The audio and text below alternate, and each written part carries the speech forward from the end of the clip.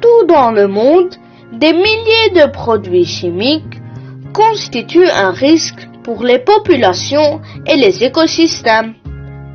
Les polluants environnementaux de tout genre contaminent l'eau, l'air et la terre, mettant en péril la vie humaine et les écosystèmes. Loin d'être seulement un danger permanent pour la santé, la pollution est surtout une mort programmée. Quelles sont alors les causes de la pollution? Les activités humaines sont à l'origine des problèmes environnementaux qui affligent la planète et les êtres humains. En effet, l'homme a un effet plutôt destructeur sur la nature. On cite: la combustion de matières premières, charbon, pétrole, gaz, qui se produit essentiellement au cours ou dans le fonctionnement des secteurs industriels et du transport terrestre.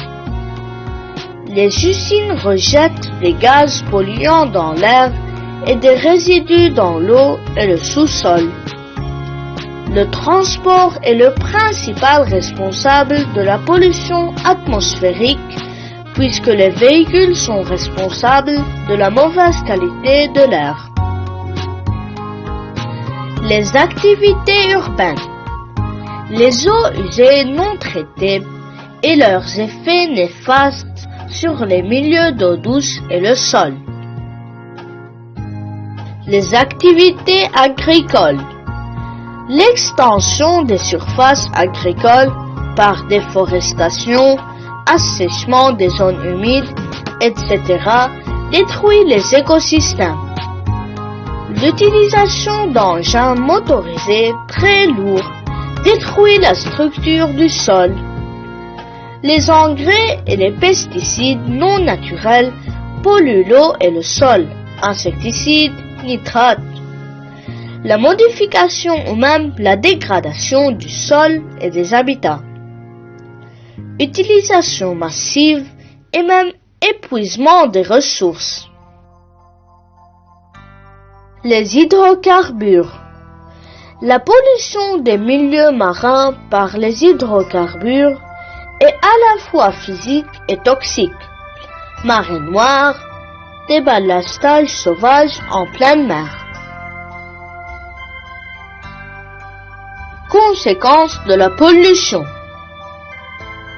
La biodiversité des milieux naturels en souffre tellement.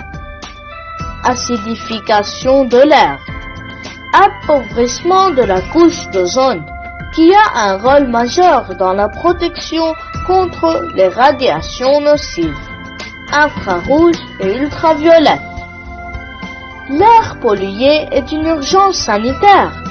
La pollution de l'air en milieu urbain accroît le risque de maladies respiratoires aiguës, dont l'asthme, la pneumonie, ainsi que de maladies cardiovasculaires. Leurs effets sont mortels.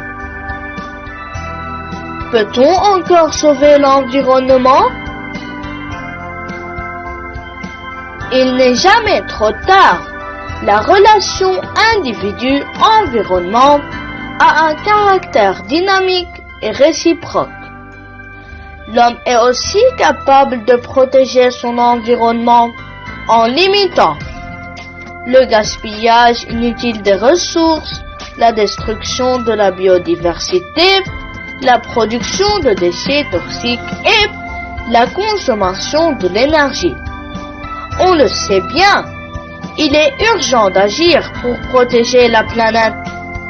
Essayons, autant que possible, d'éviter ces petites erreurs faites au quotidien et qui, si cumulées, peuvent continuer à causer du tort à notre environnement.